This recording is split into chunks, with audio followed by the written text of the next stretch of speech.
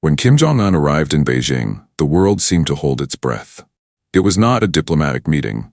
It was a performance of power wrapped in steel, gold, and fear.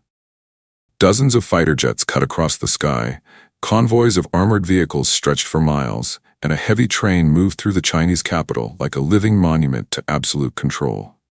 Even Vladimir Putin, a man accustomed to every display of authority, was said to have fallen silent for a rare moment. Kim did not come to negotiate or to seek approval. He came to remind the world that isolation does not mean weakness. Every wheel that turned, every engine that roared, spoke a single message. North Korea endures, and Kim Jong-un's power is measured not by territory or wealth, but by the silence and fear that follow his presence. Kim Jong-un's train is not merely a vehicle.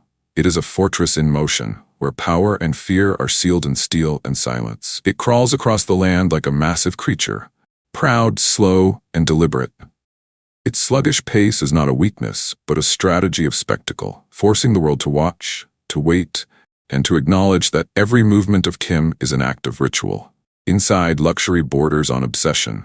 Golden interiors, Italian leather seats, crystal chandeliers, and encrypted communication lines linked directly to Pyongyang's military command. The dining carriage mirrors a five-star restaurant, with personal chefs serving lobster, Bordeaux wine, and imported beef. Even the air is filtered through multi-layered biological defense systems, ensuring that no dust, germ, or molecule can ever touch the leader. Yet the true power of the train lies not in its extravagance, but in its symbolism. It is theater, and Kim is the director. Every metallic hum and every slow turn carries a message that his authority is not confined by borders or conventions. It does not need applause or validation. It thrives in the silent awe of those forced to witness it. As the steel giant moves across China, what the world sees is no longer transportation, but a moving throne, a kingdom on rails where fear and control merge into one seamless performance. Amid armored convoys and synchronized salutes, one image drew more attention than any display of weaponry: a young girl stepping out of the golden train. Kim Ju-ae, daughter of Kim Jong Un. She spoke no words, made no gestures, yet her quiet presence delivered a message louder than any anthem. The Kim dynasty is not fading, it is preparing for its next chapter. Her outfit, a navy coat with silver trim and designer shoes worth thousands, was not mere fashion.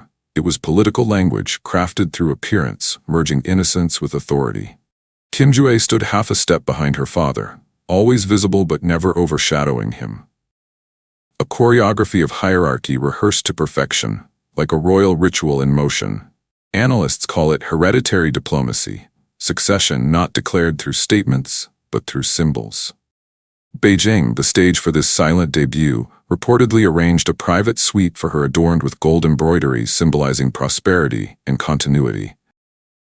Every element of the visit whispered the same truth. Kim Jong Un was not only asserting his dominance, he was unveiling its future. In a nation defined by secrecy, the world witnessed something unprecedented: the quiet unveiling of the next generation of control. The image of Kim Ju-ae beside her father was not just a family portrait. It was a warning wrapped in innocence, a reminder that power in North Korea does not disappear, it endures, passed from one heartbeat to the next, beneath the watchful silence of a dynasty built to last. Wherever Kim Jong-un goes, a silent army follows, not carrying rifles, but gloves, ultraviolet scanners, and sterilizing sprays. They are known as the Biological Defense Unit, whose sole mission is to erase every trace of the leader's existence. When Kim leaves a room, a ritual begins. Technicians in hazmat suits seal the area, spray disinfectants, and scan every surface with UV beams. Every object, from water glasses to chopsticks and cigarette butts, is collected, sealed, and flown back to Pyongyang for controlled destruction. No one dares to question why, but everyone knows. Kim does not just fear assassination, he fears being known. To him, DNA is not biology, it is national security. Analysts believe this obsession reflects a deeper anxiety: the fear that an enemy could decode his health, lineage, or vulnerabilities from a single cell. Each cleaning is more than hygiene, it is performance. Purity becomes ritual, fear becomes order. By sterilizing the spaces he occupies, Kim transforms control into theater, a choreography of survival disguised as discipline. His body is the last fortress, his identity the ultimate secret. In this paradox, Kim's power reaches its purest form, a sovereignty so absolute that even a fragment of his existence must be erased. To guard Kim Jong Un is not a duty. It is a living ritual orchestrated by the Supreme Guard Command, an elite force of nearly 100,000 soldiers selected through 3 generations of loyalty. They do not simply protect him, they perform devotion in perfect synchrony. When Kim steps forward, dozens pivot in unison, forming a diamond-shaped wall around him, a living barrier of precision and fear. Their loyalty is not fueled by belief but by privilege and terror.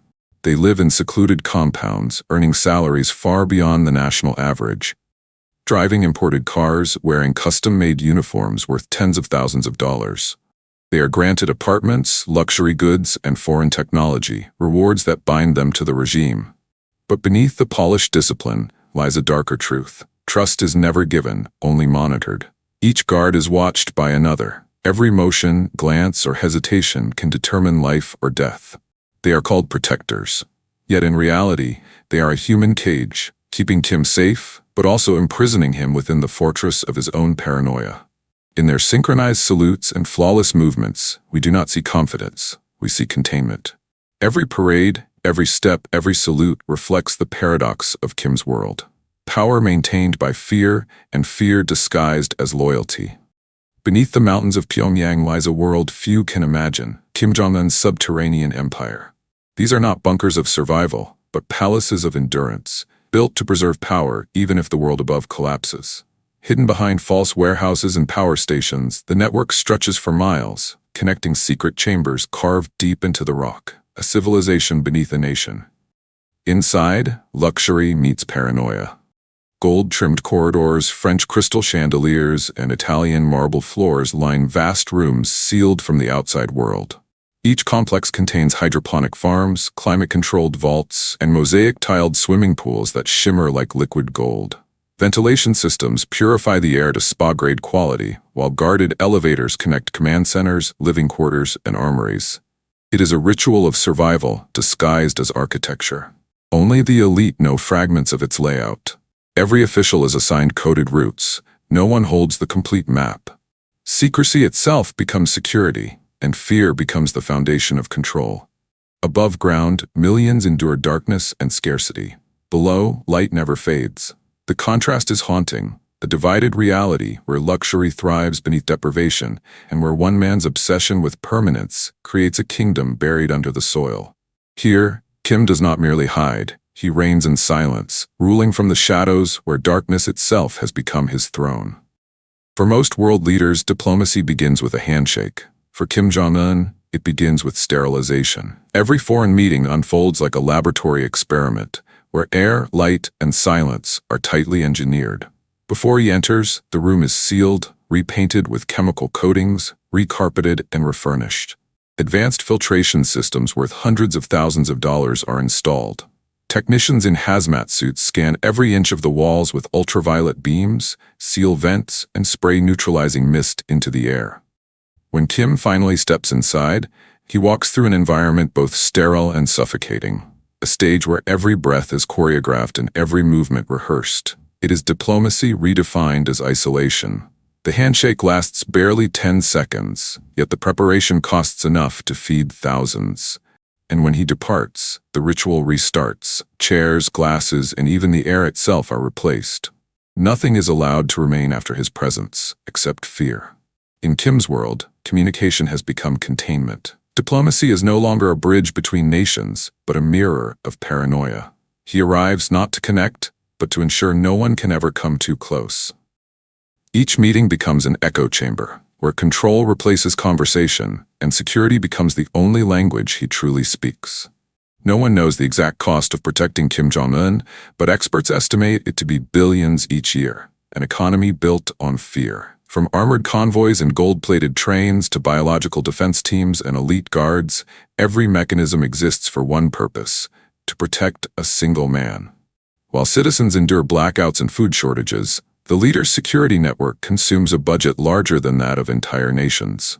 Inside Pyongyang, officials call it the sacred budget, a fund beyond question, untouchable and eternal. Money flows through secret channels, hidden state enterprises, and military-controlled trade networks. Each expenditure is not for progress, but for the preservation of illusion, the illusion of strength, of invincibility, of permanence. The world sees Kim Jong Un wrapped in gold and shadow, surrounded by soldiers and spectacle. But behind the glare lies a country drained of breath, where loyalty is bought with privilege and silence is the price of survival. In such a system, power becomes religion, and spending becomes ritual. Every armored car, every diamond chandelier, every sterilized room is an offering to fear itself. And in that offering, North Korea is no longer ruled by policy, but by paranoia, measured in dollars and silence. In the end, Kim Jong Un's power is not measured by territory or weapons, but by the fear he commands, and the fear that confines him. Amid gold and steel, he has become a prisoner of his own fortress, where everything is controlled except freedom. The world sees an untouchable dictator, yet behind that image stands a man consumed by isolation, ruling through obsession and surviving through paranoia. At the height of power, he has reached the ultimate loneliness, a throne built not on strength, but on fear.